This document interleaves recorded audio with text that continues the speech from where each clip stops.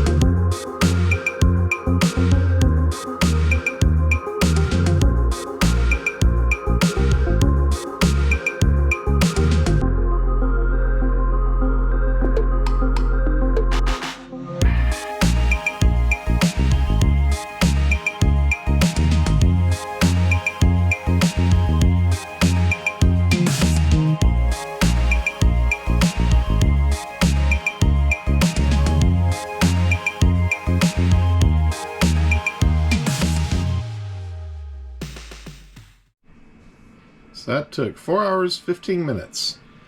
I did size up to 140% because usually when it comes to these articulating models, they need a little bit more room, especially in their gaps and everything, so they can actually flop around like they're supposed to. At least that's what kind of the experience I've been having with it. Let's see if this one will loosen up. Okay.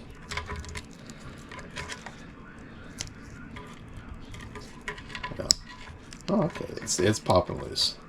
Starting to worry about it. And how about the wings? The wings are flopping pretty good. Perfect. I absolutely love that filament. I know it's not doing justice. Let me see if I can try a different light here and get some different light going on. It's probably going to completely blow everything out. That's kind of my little work light I have above the desk now. That turned out really nice. A floppy little toy. Oh, that's pretty cool. Anyway, guys, thank you very much for watching. If you're interested in the model, I'll have it linked in the video description as well as the filament from Geeetech. But thank you very much for watching. Take care, and I will catch you in the next one.